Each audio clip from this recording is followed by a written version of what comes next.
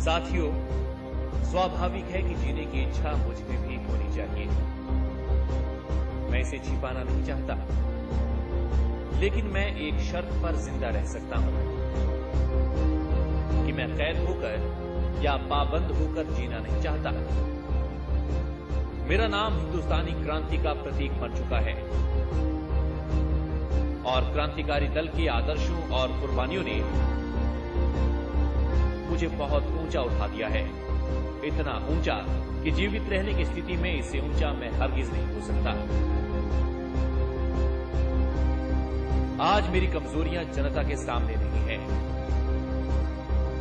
अगर मैं फांसी से बच गया तो वो जाहिर हो जाएंगी और क्रांति का प्रतीक चिन्ह मध्यम पड़ जाएगा।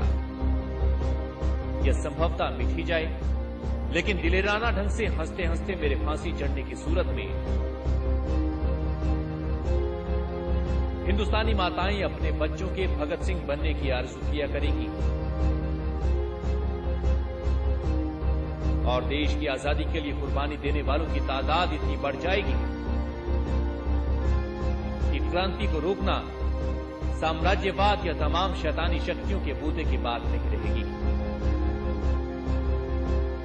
हाँ, एक विचार आज भी मेरे मन में आता है कि देश और मानवता के लिए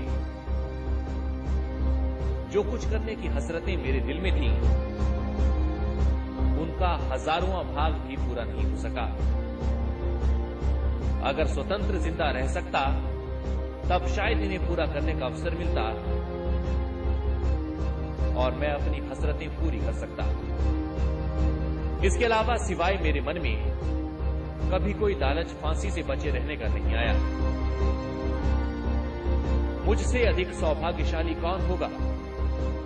आजकल मुझे खुद पर बहुत गर्व है। अब तो बड़ी बेताबी से अंतिम परीक्षा का इंतजार है। कामना है कि ये और नजदीक हो जाए।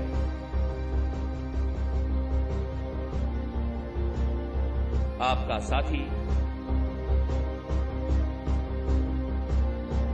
भगत सिंह।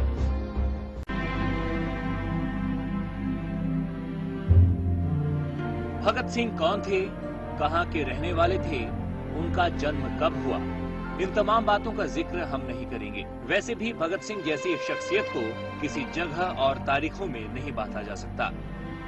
भगत सिंह अपने आप में एक विचारधारा थे। ऐसी विचारधारा जो सिर्फ मुल्क के आजाद होने की बात ही नहीं, बल्कि आजादी के बाद का भारत कैसा होना चाहिए ये भी बताती है। देश की आजादी के लिए 23 मार्च 1931 को भगत सिंह के साथ उनके दो साथियों राजगुरु और सुखदेव को अंग्रेजी हुकूमत ने फांसी दे दी।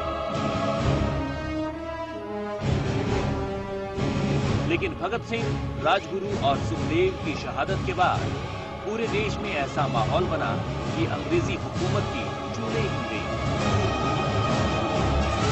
इसके बाद देश भर के नौजवान आजादी के आंदोलन में कूद पड़े और आखिरकार अंग्रेजों को हिंदुस्तान छोड़कर जाना पड़ा। भगत सिंह जब राजगुरु और सुखदेव के साथ फांसी के तख्ते पर चढ़े तो उनकी उम्र 24 साल थी।